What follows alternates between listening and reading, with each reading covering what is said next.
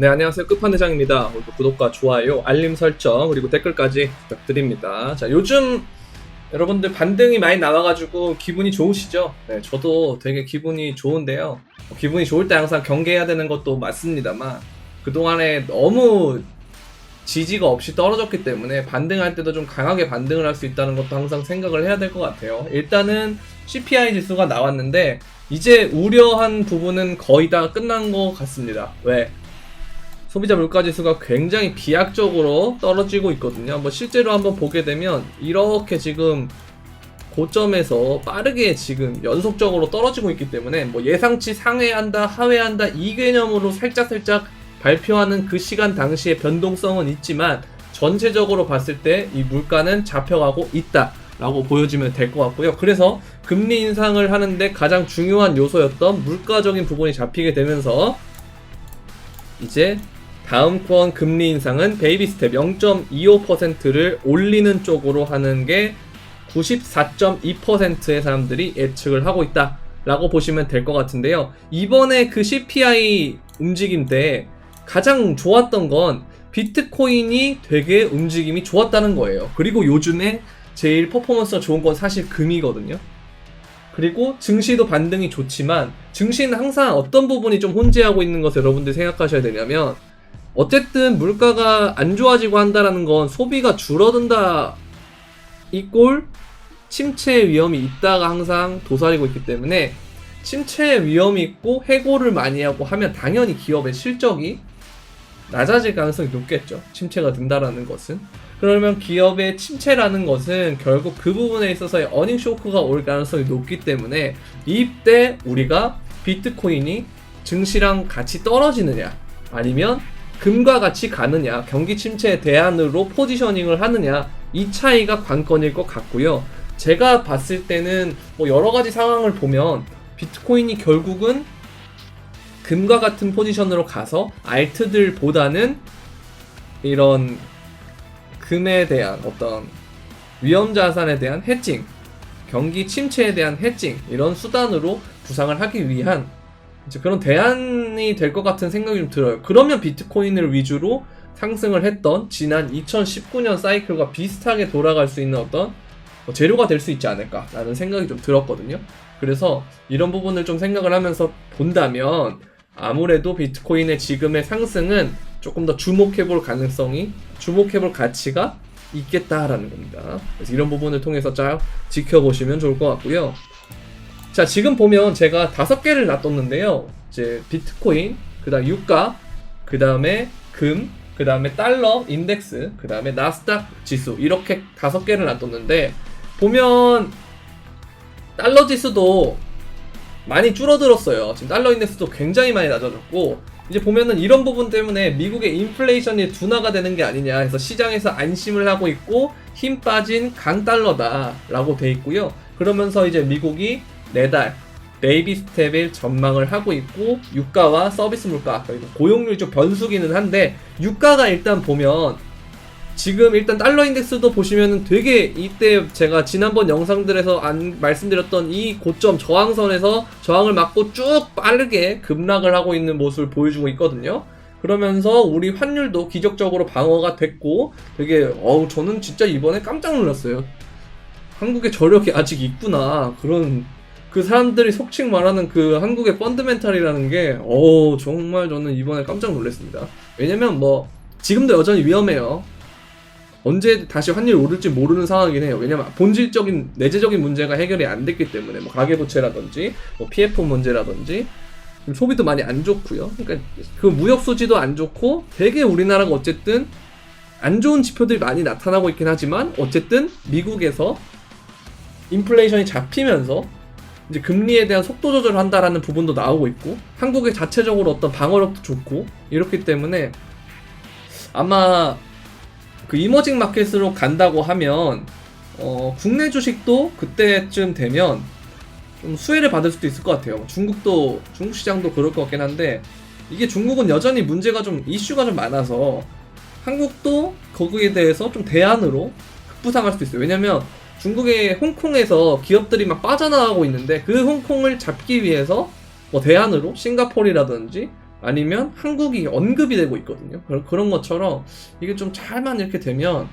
이 이머징 마켓에 대한 수요를 이 우리나라가 가져올 수도 있지 않나, 뭐 이런 부가적인 말씀을 좀 드리긴 했는데요. 어쨌든 뭐 주식이나 이런 것들 여러분들 다 코인만 하는 게 아니고 다 다른 뭐 주식도 하고 부동산도 하고 이러시니까 이머징 마켓에 대한 수요가 온다는 건 주식도 중요하지만 이 한국의 경제가 돈다라는 거기 때문에 부동산에도 좋은 영향을 끼칠 수가 있는 거죠. 물론 그 둘의 속도는 좀 달라요. 주식이 부동산보다 반응을 하는 게 좀 더 빠르기 때문에 그런 속도는 좀 다르지만 어쨌든 이제 큰 그림으로 봤을 때는 우리나라에 되게 좋은 쪽으로 올 수가 있다라는 그런 생각을 하시면 될 것 같고요. 어쨌든 달러가 떨어지고 있다는 건 굉장히 긍정적이고, 아까 변수였던 유가도 좀 보시면 지금 거의 우리가 금리 인상을 시작했던 그 시점, 이 부분이거든요. 거의 이 부분 때 가격하고 2022년 초반하고 비슷해요. 지금 유가 가격 자체가.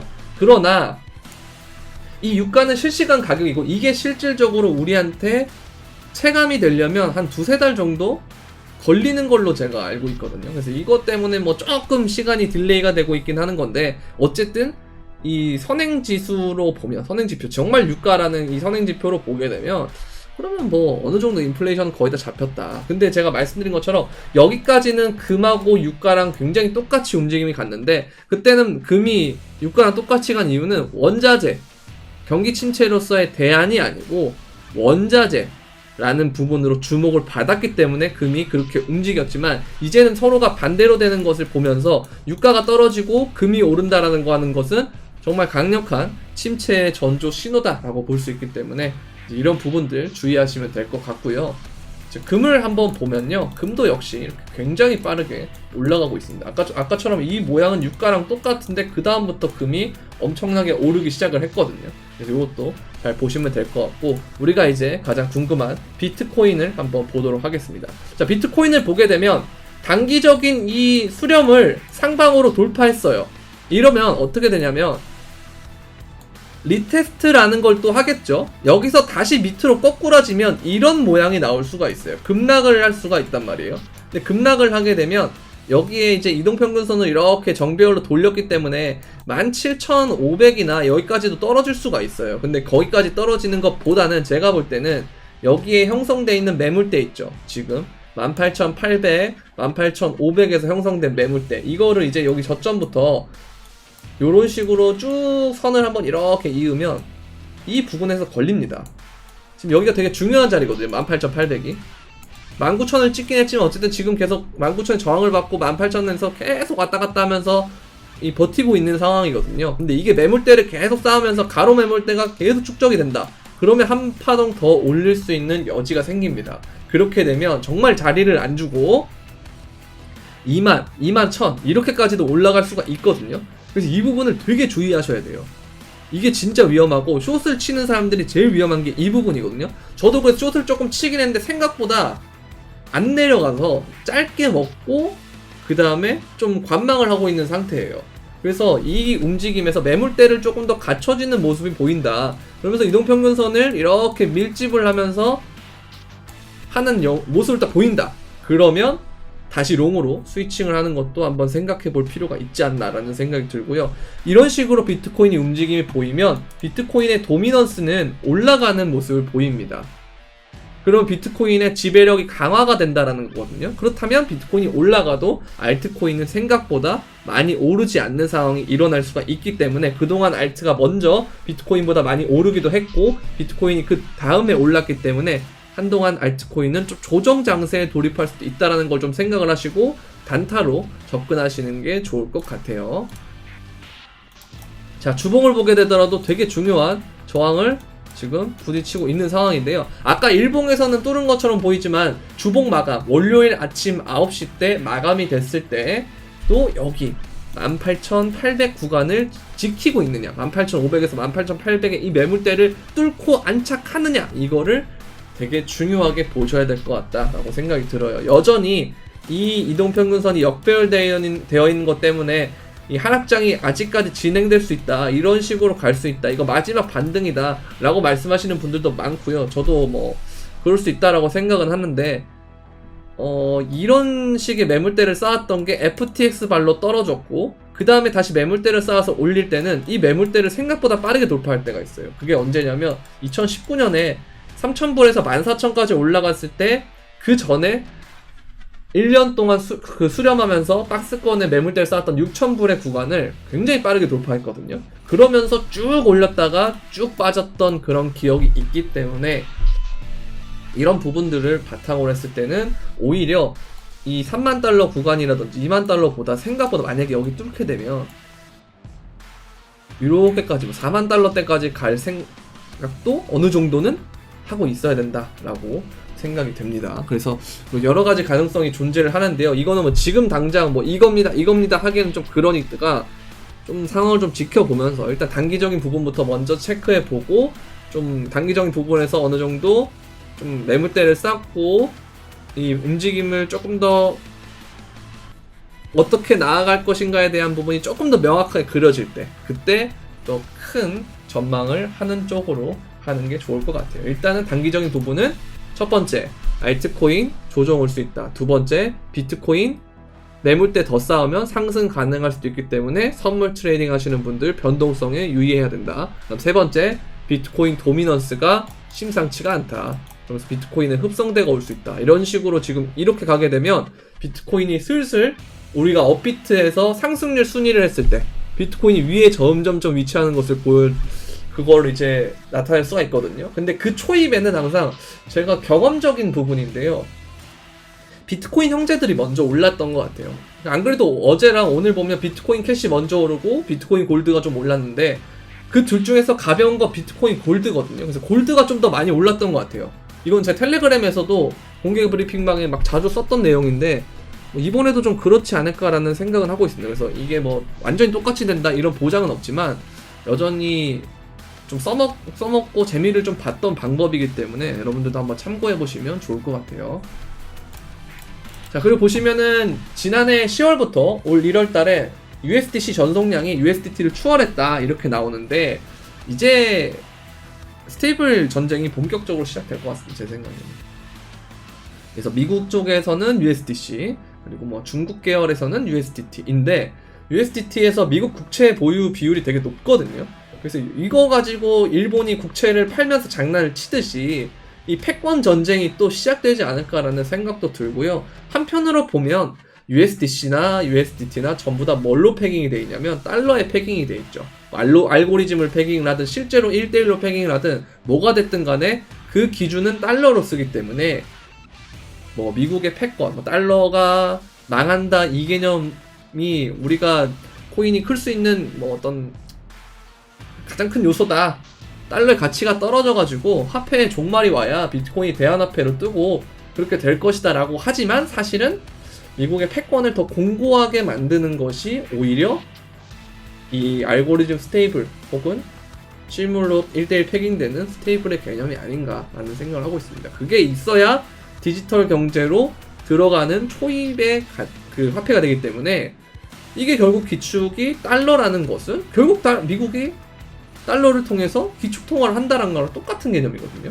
그래서 아무튼 이런 부분들 때문에 미국은 이 시장을 놓지 않을 가능성이 높다.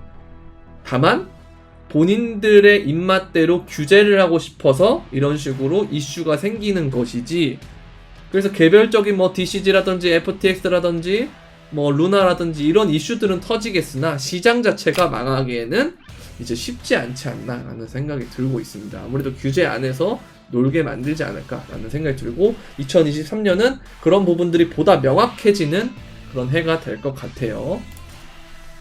자, 보시면 여러분들 많이 이제 들어보셨던 비트코인의 반감기, 비트코인의 난이도가 2배씩 올라가는, 채굴 보상이 반으로 주니까 난이도는 2배로 올라가겠죠? 그래서 그런 반감기마다 비트코인의 희소 가치가 올라가면서 상승이 온다라는 그런 반감기 주기론이 있는데, 반감기의 500일 전부터 비트코인의 바닥이 생성된다라는 개념, 이런 식으로 이제 470일, 뭐 469일 뭐 이렇게 있는데, 어쨌든 간에 바텀은 나왔고, 바텀이 나왔다가 반감기 전에 그냥 다이렉트로 쭉 올라가는 케이스가 있고, 한번 올라갔다가 쭉 빠졌다가 다시 올라가는 경우가 있기 때문에 우리는 어쨌든 이 두 가지의 교집합이 뭐다? 반감기 전 저점이 나왔다는 게 맞으면 생각보다 많이 반등이 올 것이고 그 이후에 조정이 있을 수 있으니 조심하자가 일단은 큰 테두리에서 알고 있어야 될 부분이다 라고 보시면 될 것 같아요. 자, 근데 어쨌든 여러분들 이렇게 하면서 제가 영상을 계속 어쨌든 올려드리는 상황에서 혼자 매매하기가 힘들다, 좀 디테일한 부분을 타점까지도 좀 참고를 하고 싶다 하시면 유튜브 멤버십을 통해서는 현물 브리핑이 나가고요. 이렇게 보시면은 지금 보면 알트들 이렇게 나가고 있고, 네, 타겟에 도달했다, 진입가 목표가 이런 식으로 말씀드리고 있고요. 그리고 선물하시는 분들 위해서 따로 선물 트레이딩 방을 하고 있는데요. 이것도 역시 뭐 롱, 진입가, 목표가, 손절가 이런 식으로 해드리고 있다라고 보시면 될 것 같고요. 신청을 하는 방법은 이제 영상 설명란에 있는 구독 버튼 옆에 있는 가입 버튼을 누르시면 유튜브 멤버십 현물 브리핑방에 참가하실 수가 있고요.